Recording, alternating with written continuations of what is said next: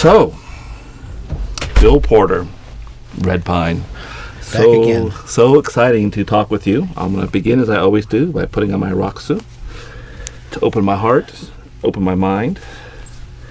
And what an incredible treat to do it with one of the people I admire most, translator, writer, bodhisattva, and really, I would say, Dharma force. So welcome. Thank you, Jason. And my first question, and again, my hope too is in the audience there'll be a lot of people who are really interested in your enormous contribution to the Dharma. And we notice that when you translate Chinese poetry, when you translate sutras, you translate under your Dharma name, Red Pine. And when you write travel logs and other writings, you use your non-Dharma name, Bill Porter. So what's your thinking? What's your strategy? What's your practice behind that? Well, it's not really a Dharma name. It's sort of like a muse name. Mm-hmm. When I was living in the monastery in Taiwan, I was Shengyun. I was Victorious Cloud. Mm-hmm. And when I moved out of the monastery, I felt I needed a street name. Victorious Cloud I didn't feel right with that. I was looking for a new name, and I was on a bus one day in Taiwan, and the bus stopped at a big billboard advertising black pine cola, and I said, that name, I like it, but the color's all wrong. That's a Japanese color. Yeah. The Chinese color's red. So I started using this name, Red Pine. And about 3 or 4 months later, I was doing some research. I discovered the first great Taoist in Chinese history was Master Red Pine, who was the reign master of the Yellow Emperor. I said, wow, it's a real name. And then when in the course of the next year or two, I started actually doing my translation work for the first time. And it came time to publish it. I realized that using that name, I felt I had a connection. Yeah. Whether you call it Red Pine, Master Red Pine, or whatever. I felt that name represented what I feel as a translator happens. As a translator, you're often just standing aside, letting stuff happen. Yes. You don't want to get in a way of it. I mean, of course, you see the Chinese on the page. I speak the English language, but as a translator, you often find yourself in a neutral state where you're just letting something come. And to me, Red Pine represented that. So when I decided to start publishing stuff, I said, Red Pine. That's, it's at least a way of thanking my muse or whoever, whatever forces allow me to do what I do, because when I translate, things happen that I really can't account for and that I have really no right to understand. Based upon my limited knowledge of certain things, I'm able to figure things out that I just can't explain how I came up with them. So Red Pine is my muse, helps opens doors for me, makes things happen, and does not share in the royalties, but otherwise... Yes. Yeah, the way you describe translation, and it almost sounds like a translator's version of Wei Wu Wei, almost a very deep, selfless practice where you're getting out of the way. Well, it can be. Translation can be many things, and it certainly is to anybody who translates. Is not going to do it the same, but it's translators have to find their way by themselves. I mean, you begin because you're fascinated by this new language that you've been learning, and you want to share it with somebody. And so you usually don't have any training as a translator, and often you don't have any literary training either in terms of forms. Like if you're translating poetry, you don't necessarily... I don't write poetry, but you get so inspired by it, you want to share it somehow. So translators learn all kinds of, not so much tricks as, shall I say, techniques. You choose this, you don't choose that. To me, translation that limits itself to the words on the page does a disservice to the words on the page, because the words on the page represent so much more. It's like an iceberg. There's more of it underneath the surface of the water than there is above it, and language can be like that. some language has great depths. And if all you do is you pay attention to the service manifestation, you're going to lose that depth. So you have to come up with a way of accessing that. And it certainly is not the same for everybody. I give it time is really important. Not being in a hurry. Going over things over and over and over and over and looking at it, different points of view, different times of day. Maybe having some whiskey, coffee, tea. I mean, stimulants of different, putting yourself in a different frame of mind when you approach that same poem. Not looking at it for a while, but looking at it again and again and again and again. Because it takes a long time before you find yourself in what you feel like is the heart of the poet. I always think of the poem on the page as a poet's last-ditch attempt to express what they feel. They have to put it in words, but the words does not necessarily convey, even in its original language, the depth of that feeling. So I feel as a translator, you have the opportunity to go to that place before the poem was written, while it was still gestating in the poet. Yeah. Anyway.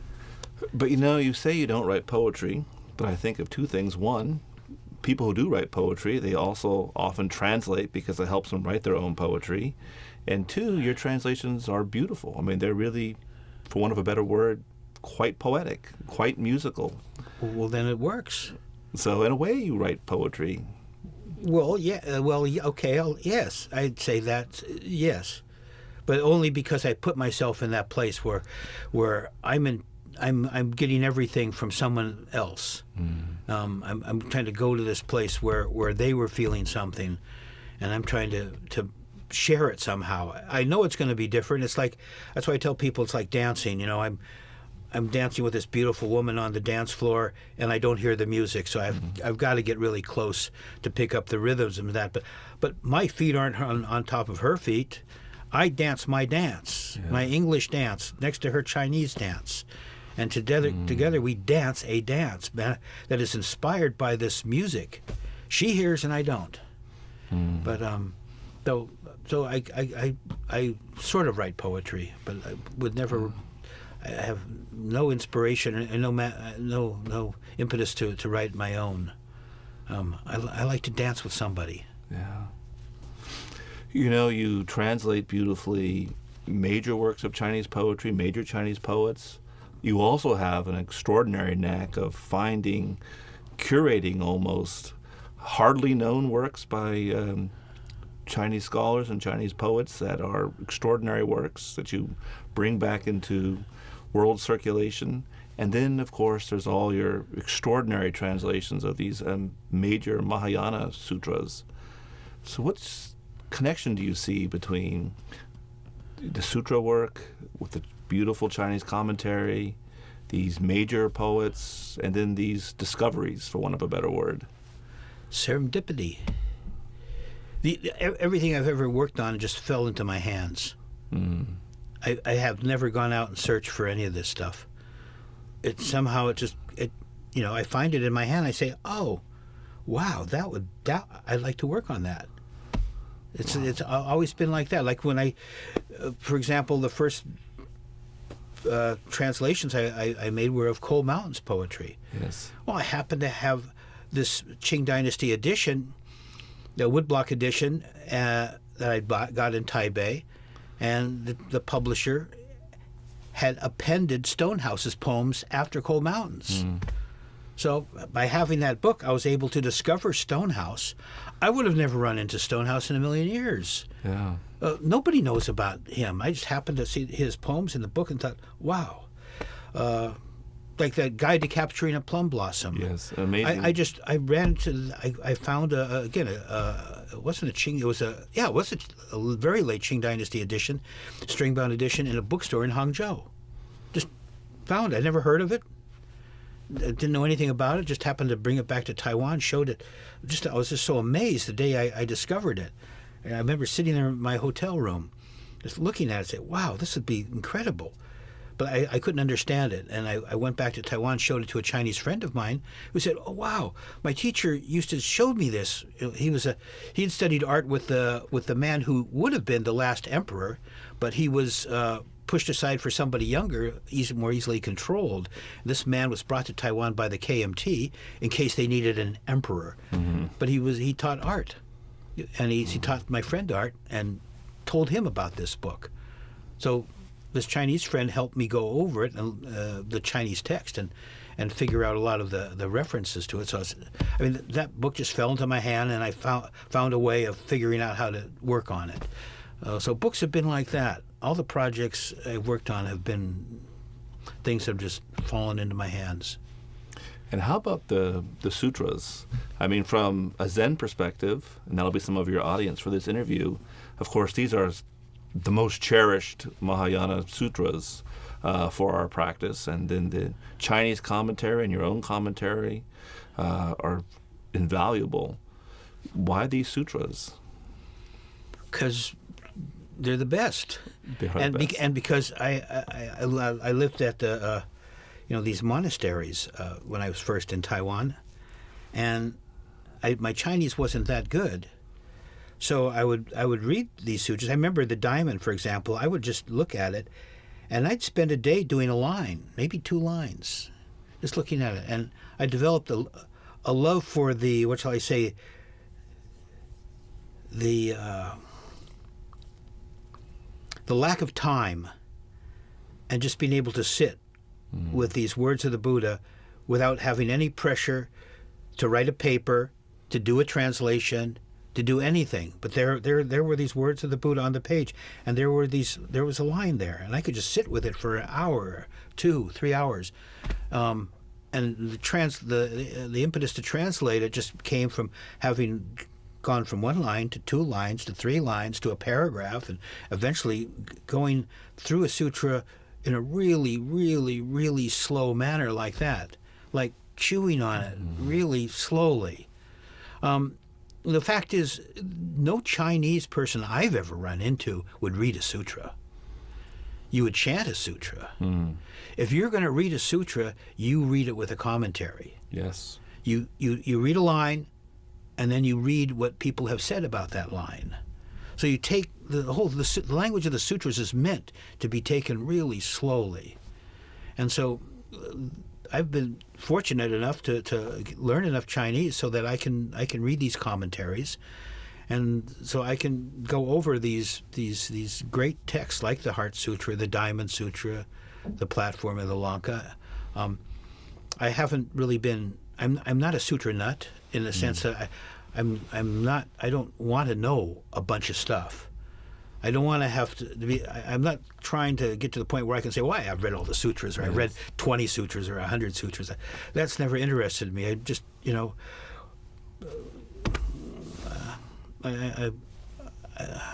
just reading a couple sutras is enough for me. But once I get started, I get to a certain point. For the sutras, actually, money has played a role. I'd be working on a text, and maybe I'd talk to Jack Shoemaker, Gary's publisher, and he'd say, "Well, Bill, could you, let's sign a contract." And I'd say, "Well, I could use some money," and so I actually would probably have never finished a single translation other than Coal Mountain had I not had a contract. Because with a contract comes a deadline, and I've always honored my deadlines. But that puts a little pressure on me that I wish sometimes wasn't there, because it makes me work a little faster than I normally would. And that's why now I've decided I will never publish another book again with a contract. I may write something again or translate something again, but it won't be with a contract. 'Cause, what I loved to do when I was first reading the sutras was just to be able to hang out with them without any idea of time. There was no hurry. There was no time element in trying to read this or understand it. It had its own time. One of the things that's really quite remarkable about your translations of these sutras is earlier translations appear almost like manna from heaven, just no context, suddenly it's there, maybe a small translator's introduction. but none of the context, none of the history was behind these sutras. And then the quite exhaustive commentary that you translate to accompany them. Well, that's because no Chinese person would ever approach a sutra without that material. And I felt Westerners were at a disadvantage in just getting the sutra. Yeah. Because, again, no Chinese would ever just pick up the sutra. They wouldn't just pick up the Tao Te Ching either. Any of these ancient texts, nobody would want to just read through it like you read a prose work, trying to find what's the theme, who are the characters, what all this. With these spiritual texts, you're meant to take time with them, and the commentaries force you to slow down. You read a Buddhist text, and they take. Usually they'll start, "Thus have I heard." Yes. Well, there'll be probably a couple pages on the word "thus." Yes. And then have I heard? There was one famous Ming Dynasty master who lived on Wu Taishan, the great pilgrimage center in North China, and he was an expert on the Lotus Sutra. And his disciples said, "Well, could you lecture to us on the Lotus Sutra?" He lectured every day for 6 years and never got past the title. Wow. So that's in a sense the power of the sutras. They're like diamonds. They have so much in them. You don't have to read the whole thing. You don't have to read even more than a couple lines. Hell, for this man, the title was enough. But their sutras are sort of opportunities to go places you wouldn't normally go. And I love to read them. I love to work on them too. Are there any sutras that you think maybe one day might suddenly occur to you to translate? Any things that bounce around in your? Nothing real. I mean, I've taken a look at maybe the awakening of faith. Yes. In Mahayana as a thing. But it's not a poetic text, and I really like a language that has a certain amount of poetry. I looked at a couple things. I probably am going to publish a Pure Land text sometime in the not too distant future, because I was going through my stuff, and a couple weeks ago, and I just discovered the first thing I ever translated, 1973, was the Visualization of Paradise. Oh, wow. It's the great Pure Land meditation text. And I was staying it was my first monastery in Taiwan. I wanted to thank them somehow, and they were doing Pure Land Buddhism. So I thought, well, I'll translate this Pure Land text for them. And I translated it, and and then shoved it in my wherever I shoved the things, and forgot about it. And I retranslated it about 5 years later, did a little bit better job, and then for the last 40 years I haven't looked at it, and I just found it, and I said, well, I ought to share this with somebody, because there are Pure Land Buddhists around there. And one of the reasons why I put it aside is because I tried to find somebody who did these visualizations, because there are lots of Pure Land Buddhists in Taiwan, and now in China too. But I have not found anybody who does the visualizations, and so I thought, well, why am I going to publish the Visualization Sutra when nobody does the visualizations? But still, I think it might be worthwhile to append it, maybe with one or two of the other Pure Land sutras. So I might do a little Pure Land thing I don't know, what if I get really bored. Yeah, I mean, most of the Pure Land translations are from later Japanese, Shinran, Honen, Renyo, these types. I mean, there really is a need, I think, for the Chinese Pure Land texts. Well, anyway, they're just sutras. I mean, so that doesn't matter whether the Japanese don't really. I mean, they have different ways of looking at these sutras. But the language of the Visualization Sutra is really amazing. I mean, it starts off. It's off with this crown prince putting his father, the king, in prison, and his mother, the queen, and he's trying to starve his father to death.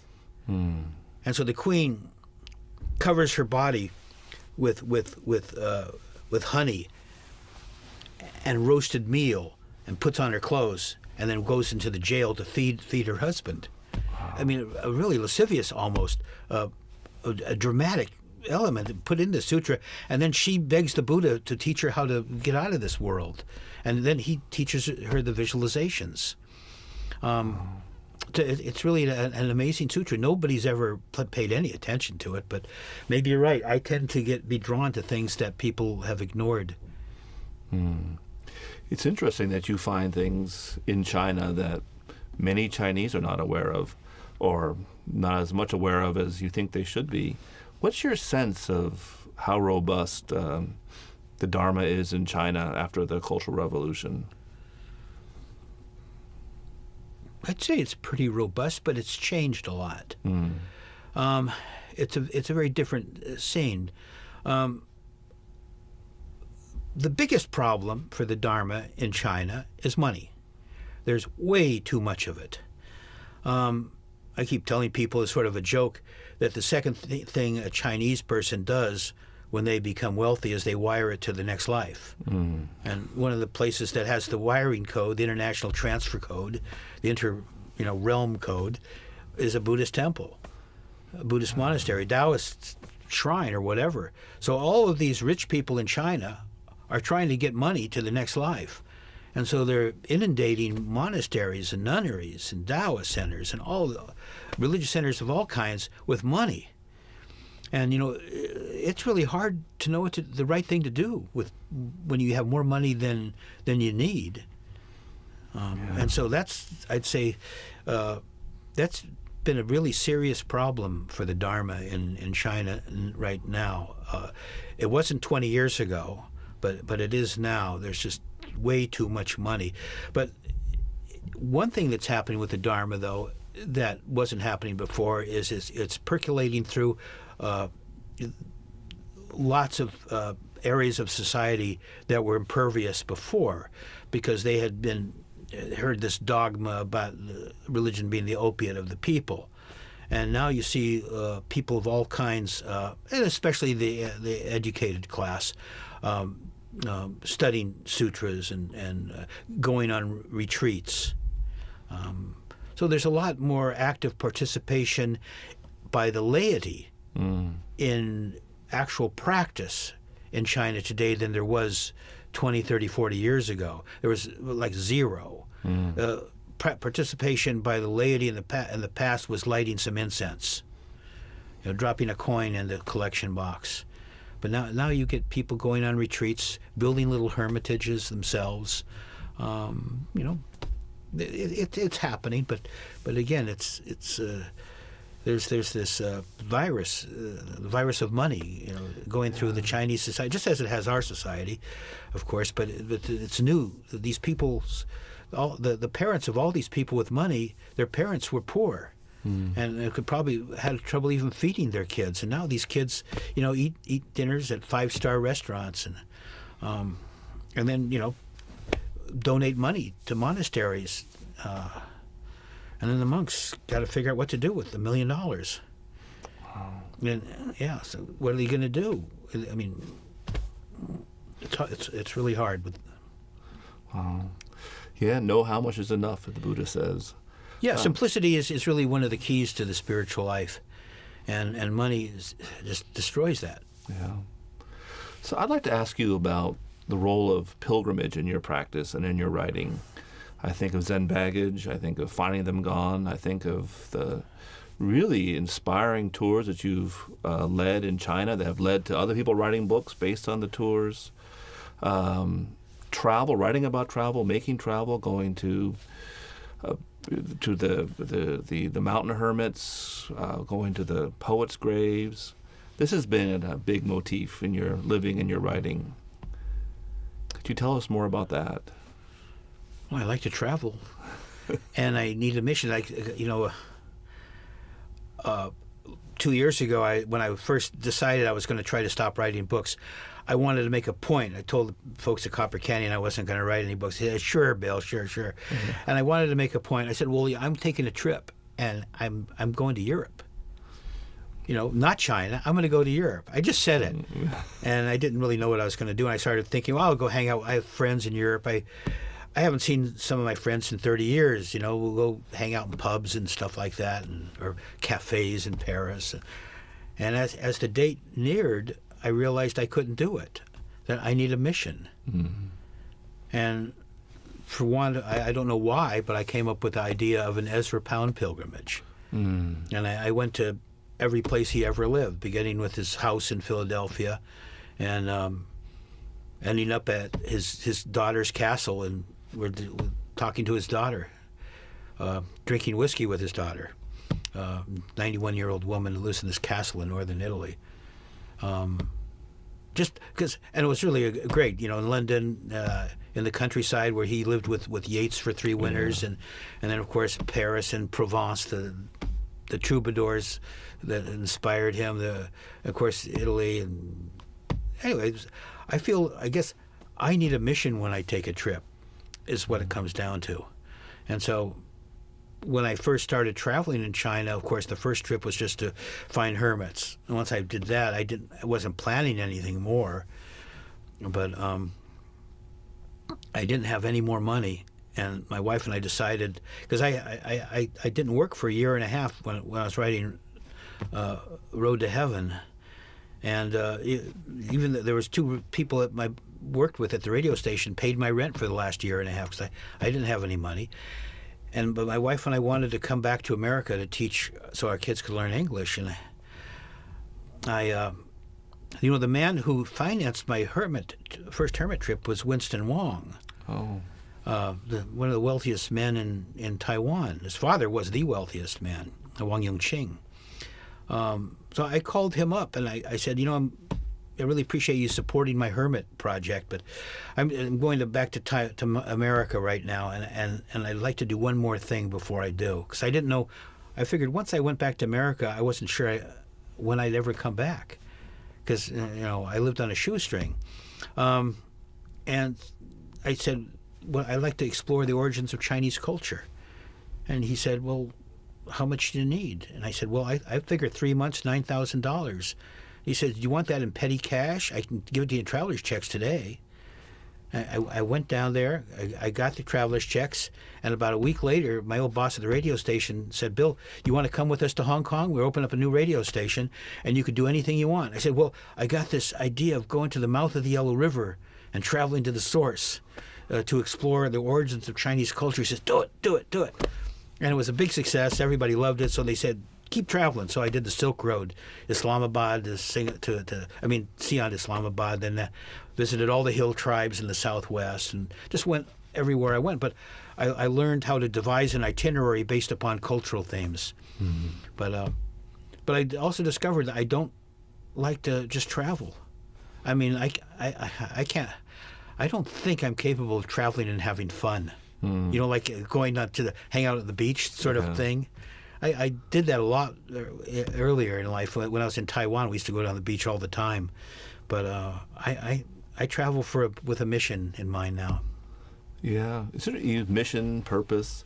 There is somehow, at least when I read the text, also, for want of a better word, some feeling of pilgrimage or expressing gratitude, or that there is somehow part of your practice to see these places. It is. I think so. Yeah, it is. That's how I envision it. I read these texts by these great poets, great writers, whether it's Lao Tzu or Zhuangzi, Confucius, these Buddhist masters. It's a great opportunity for me to be able to go to these places and pay my respects, so to speak. I like to go to the place.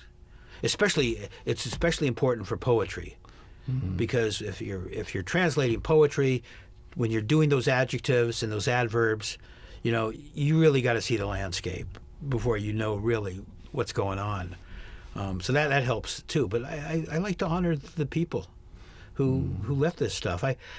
To be honest with you, I admire the people more than I do the work. Mm-hmm.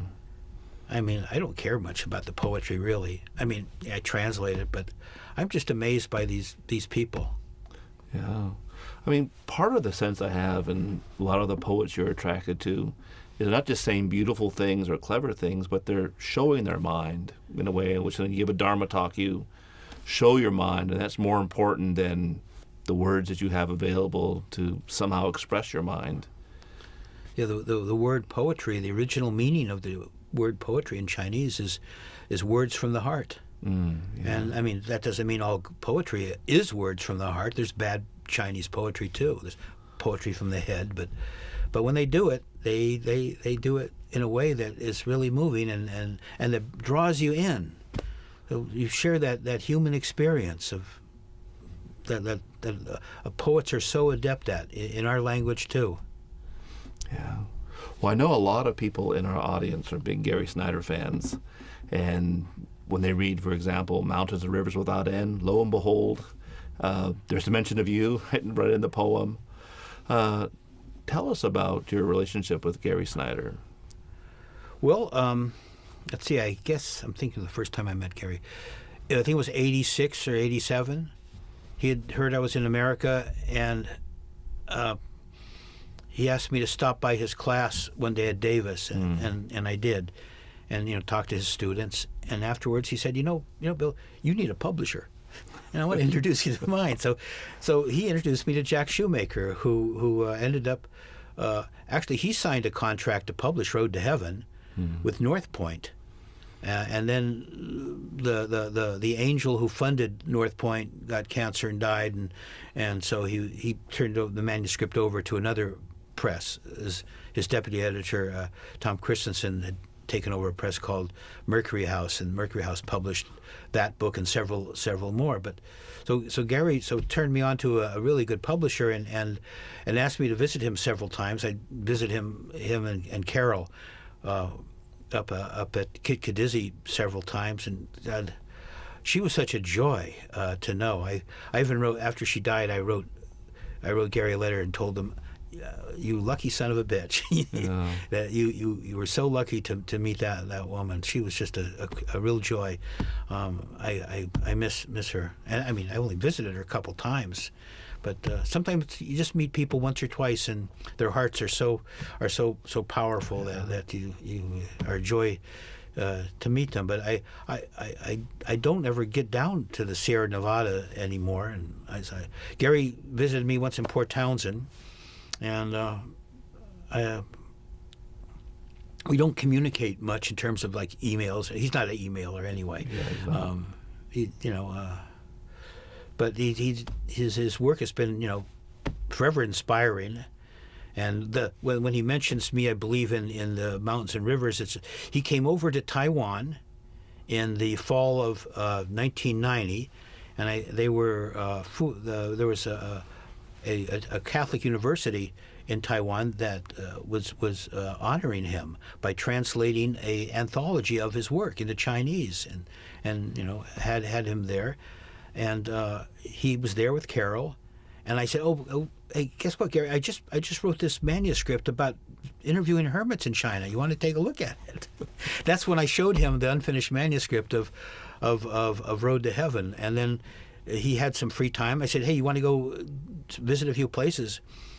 And with this Chinese friend of mine, the one who had helped me with a Guide to Capturing a Plum Blossom, we went down to this national park, the southern end of the mountain, southern end of the island, where they had monkeys, in this really wild area. And then later that day, we drove up to a national park at 3,000 meters, and there were the same kind of monkeys there. So I think he mentions that in his poem, in a poem. But and he introduced me to one of his best friends who used to visit me every Christmas in Taiwan, Nanao Sakaki, the Japanese poet who I miss terribly. So a true blithe spirit. Yeah. In fact, I think the word blithe spirit was invented for him. He'd just show up. And you were always so happy to see him. And he'd put a bedroll in the corner and make himself at home, and he'd clean your house and wash your dishes and make you food. And then suddenly he'd be gone. He did that for his whole life. He did that for his whole life. So I was very happy to meet certain people through Gary. And one of his neighbors, Steve Sandfield, and I became really good friends. I love, he wrote these great poems that short poems. Yeah, he refused to call them haiku. Yeah. Short poems, Bill. Yeah. So, but I haven't seen Gary in probably 10 years. Sometimes you're just content knowing people are there. Yeah. He's doing his work, and I'm doing mine, and sometimes you don't need to knock on people's door. Well, speaking of doing the work, we're having this interview during I think a pretty hard time for this country, maybe a pretty hard time for this world. The ecological crisis doesn't seem to be getting any better, and a lot of things seem to be indicating it's going to get a lot worse. How do you see your work, your living, your practice against the background of these challenges, these hard things, ecologically, politically, economically? Well, I just try to do the best I can every day. I think what this does, I mean, to remind us how lucky we are, how lucky we have been, and that if we're going to spread anything outward from our hearts, it's got to be through personal contact, through the people we meet at the checkout line at Safeway or on the bus, or just the people we run into. I think the best thing we can do is just spread joy in our hearts and to keep that going, and not to let these superficial things crush us. That's about all I can say. That's a lot. That's a way of serving all sentient beings. So we're coming to the end of our interview. Is there anything on your mind that you would like to share with us as a manner of concluding? Well, this ain't over. We'll do this again. We'll do this again, absolutely. Well, Bill, thank you so much. You've just been a huge inspiration to us all in how you write, how you live, how you are with us, and it's just an enormous gift to have you among us, and we're immensely grateful. So thank you. Well, thank you, Jason. Thank you. I'm happy to be here. Thank you.